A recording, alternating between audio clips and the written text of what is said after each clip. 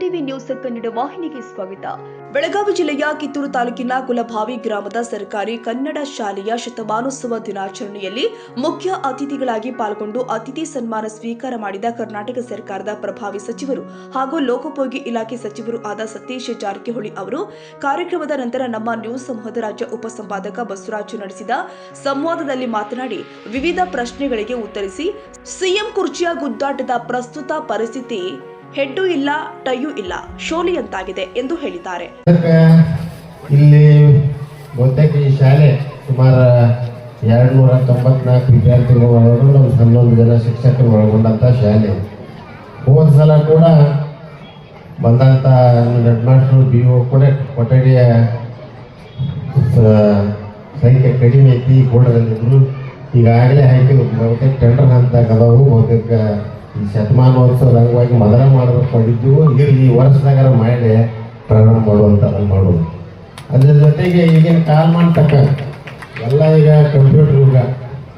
ಬಹುತೇಕ ನಾವು ಸರ್ಕಾರಿ ಶಾಲೆಗಳು ಯಾವುದೂ ಕಾನ್ವೆಂಟ್ ಅಥವಾ ಯಾವ ಇಂಗ್ಲೀಷ್ ಮೀಡಿಯಂ ಸ್ಕೂಲ್ಗಳಕ್ಕಿಂತ ಏನು ಹಿಂದುಗಳ್ಬಾರ್ದು ಐತಿ. ಓದುವಂಥ ಸ್ಟೆಮ್ನ ಐತಿ, ಬುದ್ಧಿವಂತಿಕೆ ಐತಿ, ಎಲ್ಲ ಐತಿ. ಆದ್ರೆ ಒಂದು ಹೊರಗಿರ್ತದೆ, ಬರೀ ಯೂನಿಫಾರ್ಮ್ ಅಷ್ಟೇ ಚೇಂಜ್ ಇರ್ತೈತೆ. ನಿಮಗೆ ಅಲ್ಲಿಗೆ ಬೇರೆ ಏನು ಇರೋಲ್ಲ. ಚಲೋ ಡೆಸ್ಕ ಇನ್ಫ್ರಾಸ್ಟ್ರಕ್ಚರ್ ಅಂತ ತೋರಿಸ್ತಿರ್ತಾರೋ, ಬಟ್ ಓವರ್ ರಿಸಲ್ಟ್ ತಗೊಂಡಾಗ ಅವತ್ತ ನೀವೇ ಇರ್ತೀರಿ. ಅದಕ್ಕೆ ಈ ಶಾಲೆಗೆ ಒಂದು ಡಿಜಿಟಲ್ ಕ್ಲಾಸ್ ರೂಮ್ ಅಂದರೆ ಸ್ಮಾರ್ಟ್ ಬೋರ್ಡ್ ಈ ವರ್ಷ ಕೊಡುವಂಥದ್ದು ಮಾಡಿದ್ದೀವಿ. ಬಹುತೇಕ ಅಲ್ಲಿ ಯಾವ ಕಾನ್ವೆಂಟ್ ಶಾಲೆ ಇಲ್ಲಂತ ಸ್ಮಾರ್ಟ್ ಬೋರ್ಡ್ಸ್ ನಾವು ಸರ್ಕಾರಿ ಶಾಲೆಗೆ ಕೊಡಂತವು ಸಲಹೆ ಕೊಟ್ಟರು. ಆದರೆ ಇವತ್ತು ಮೊನ್ನೆ ಲೋಕೋಪಯೋಗಿ ಸಚಿವರಿದ್ದಾರೆ, ಸಂಸದರಿದ್ರು, ಹೋದ್ರು. ಶಿಕ್ಷಕ ಅಂದ್ರೆ ಪ್ರೀತಿಸುವುದಕ್ಕಿಂತ ಶಿಕ್ಷೆ ಕೊಟ್ಟವನ ಶಿಕ್ಷಕ. ಇವತ್ತು ನಾವು ನೀವುಗಳೆಲ್ಲ ಇಲ್ಲಿ ಕೂತಿದೀವಿ ಅಂದ್ರೆ ನಾವೆಲ್ಲ ಬಡಿಸ್ಕೊಂಡವ್ರು ಅದೀವಿ. ಆದ್ರೆ ಇವತ್ತು ಆ ಶಿಕ್ಷಕನ ಕೈ ಕಟ್ಟುವಂತ ಕೆಲಸ ಮಾಡ್ತಾ ಇದೆ. ಯಾವ ಮಕ್ಕಳ ಬಡಿಬಾರ್ದು. ಶಿಕ್ಷಕ ಬಡದಂತ ಮಕ್ಕಳು ಜಗತ್ತಿನಲ್ಲಿ ಯಾರ ಕೈಯಿಂದನೂ ಬಡಿಸ್ಕೊಳಕ್ ಸಾಧ್ಯ ಇಲ್ಲ ಅವರು. ಆದ್ರೆ ಶಿಕ್ಷಕನ ಕೈಯೊಳಗೆ ಶಿಕ್ಷಕ ಆಗದೇ ಇದ್ದ ವ್ಯಕ್ತಿ ಮುಂದೊಂದು ದಿನ ಪೊಲೀಸರ ಅತಿಥಿ ಆಗುವುದು ಸಹಜವಾಗಿ. ಯಾಕಂದ್ರೆ ಇವತ್ತು ಶಿಕ್ಷಕನ ಕೈ ಬಿಚ್ಚುವಂತ ಕೆಲಸ ಆಗಬೇಕು. ಮಾನ್ಯ ಸಚಿವರಲ್ಲಿ ಹೇಳ್ತಾ ಇದ್ದೀನಿ ನಾನು. ಯಾಕಂದ್ರೆ ಈ ಭಾರತ ದೇಶದ ಸಂಸ್ಕೃತಿ ಆಚಾರಗಳು ಬಹಳ ದೊಡ್ಡವಾದ ಬಂಧುಗಳೇ. ಒಂದ್ಸಾರಿ ನಾನು ಪಾಶ್ಚಿಮಾತ್ಯ ರಾಷ್ಟ್ರಕ್ಕೆ ಹೋಗಿದ್ದೆ. ನಮ್ಮ ಶಿಕ್ಷಕ ಕರೆಸಿದ್ರು. ನಾನು ಏರ್ಪೋರ್ಟ್ಗೆ ಹೋದಾಗ ಆ ದೇಶದಲ್ಲಿ ನಮ್ಮ ಶಿಷ್ಯರು ಒಂದು ದೊಡ್ಡ ಒಳ್ಳೆ ಕಾರ್ಯಕ್ರಮ ಆಗಿದೆ. ಈ ಕಾರ್ಯಕ್ರಮ ಮುಂದೆ ವರೀಲಿ.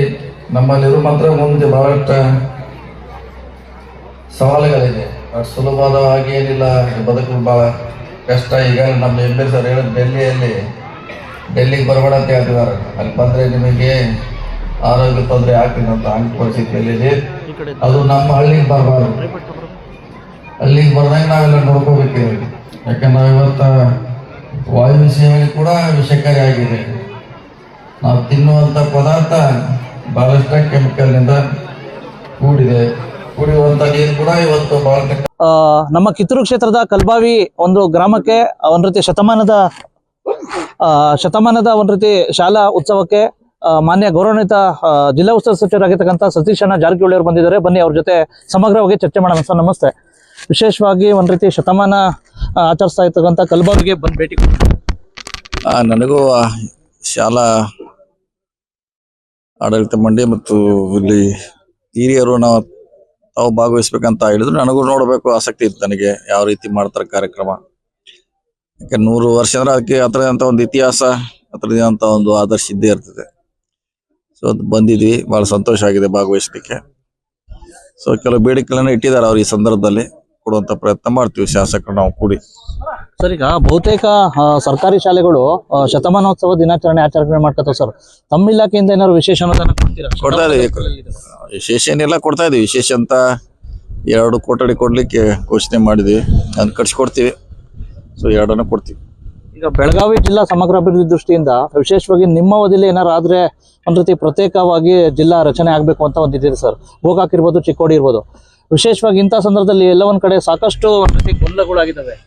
ಗೊಂದಲ ಇದ್ದೇ ಇರ್ತದೆ. ಯಾವುದೇ ಒಂದು ಕೆಲಸ ಮಾಡ್ಲಿಕ್ಕೆ ಗೊಂದಲ ಸೃಷ್ಟಿ ಆಗೇ ಆಗ್ತದ್ರ. ಸೊ CM ಅವ್ರಿಗೆ ಹೇಳಿದ್ವಿ ಎಲ್ಲ ಜಿಲ್ಲಾ ಶಾಸಕರು ಸೊ ಈ ಭಜನೆ ಮಾಡ್ಬೇಕಂತ ನೋಡೋಣ, ಅದು ಅಂತಿಮವಾಗಿ ಸರ್ಕಾರ ನಿರ್ಧಾರ ಮಾಡ್ಬೇಕು. ಸವದತ್ತಿ ಸಾಕಷ್ಟು ಬೆಳಗಾವಿ ಅವಿಭಾಜ್ಯ ಅಂಗ ಸರ್. ವಿಶೇಷವಾಗಿ ಸವದತ್ತಿಯವರು ಎಲ್ಲೊಂದ್ ಕಡೆ ಧಾರವಾಡ ಜಿಲ್ಲೆಗೆ ಸೇರಿಸಿ ಅಂತ ಹೇಳ್ಬಿಟ್ಟು ಕೂಗತ್ತಿರೋದು, ನಿಮ್ಮ ಪ್ರತಿಕ್ರಿಯೆ ಯಾವ ರೀತಿ?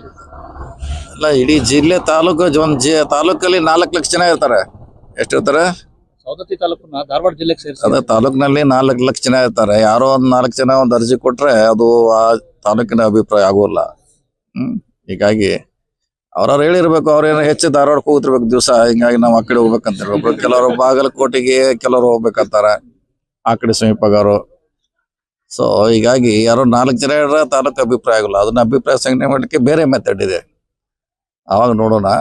ಈಗ ಅಂತಿಮವಾಗಿ ಸರ್ಕಾರ ಮಾಡಬೇಕು, ಯಾವ ತಾಲೂಕು ಎಲ್ಲಿ ಯಾವ ಜಿಲ್ಲೆಗೆ ಇರಬೇಕು, ಯಾವ ಕಡೆ ಹೋಗ್ಬೇಕಂತ. ಸೊ ನೋಡೋಣ, CM ಅವ್ರಿಗೆ ಹೇಳಿದೀವಿ, ಕಾದ್ ನೋಡೋಣ. ಸರ್, ಒಂದು ಚರ್ಚೆ ನಡೀತಾ ಇದೆ ಸರ್. ಖಾನಾಪುರ ವಿಧಾನಸಭಾ ಕ್ಷೇತ್ರದಿಂದ ಒಂದ್ ರೀತಿ ಕಾಂಗ್ರೆಸ್ ಅಭ್ಯರ್ಥಿ 2028ಕ್ಕೆ ಬೇರೆಯವರು ಆಗ್ತಾರೆ, ಒಂದ್ ರೀತಿ ಲಕ್ಷ್ಮೀ ಹೆಬ್ಬಾಳ್ಕರ್ ಕುಟುಂಬದವ್ರು ಆಗ್ತಾರೆ ಅಂತ ಹೇಳ್ಬಿಟ್ಟು ಈಗ ಹೇಳಿಕ್ಕಾಗಲ್ಲ, ಈಗ ಇನ್ನೂ ಬಹಳ ದೂರ ಇದೆ, ಈಗ ಹೇಳಿಕ್ಕಾಗಲ್ಲ. ಅವಾಗಿನ ಸಂದರ್ಭ, ಅವಾಗ ಸನ್ನಿವೇಶ, ಅವಾಗೇನ ಅದ್ರ ಬಗ್ಗೆ ಚರ್ಚೆ. ಈಗ ಟೂ ಅರ್ಲಿ, ಈಗ ನೋಡೋಣ. ಏನಾಯ್ತು ಸರ್, ಮುಖ್ಯಮಂತ್ರಿ ಮತ್ತೆ DCM ಒಂದ್ ರೀತಿ ಇದು ಎಡ್ಡು ಆಗ್ಲಿಲ್ಲ, ಟೈಯೂ ಆಗ್ಲಿಲ್ಲ, ಒಂದ್ ರೀತಿ ಇದಾಗಿದೆ, ಗೊಂದಲ ಇದೆ. ಇದು ಶೋಲೆಗತ್ತೆ ಹಂಗೆ ಎರಡು ಕಡೆ ಆಗಿತ್ತದ, ಯಾವ ಕಡೆ ಆ ಕಡೆ ಇಲ್ಲ, ಈ ಕಡೆ ಇಲ್ಲ. ಅಲ್ಲ ಸರ್, ಇದು ಒಂದ್ ರೀತಿ ಗೊಂದಲ ಇರೋದು ಕೆಲವರು ಶೋಲೆ ಟೈಪ್ ಆಗಿದೆ, ಏನ್ ಮಾಡೋದು ನಾವೇ.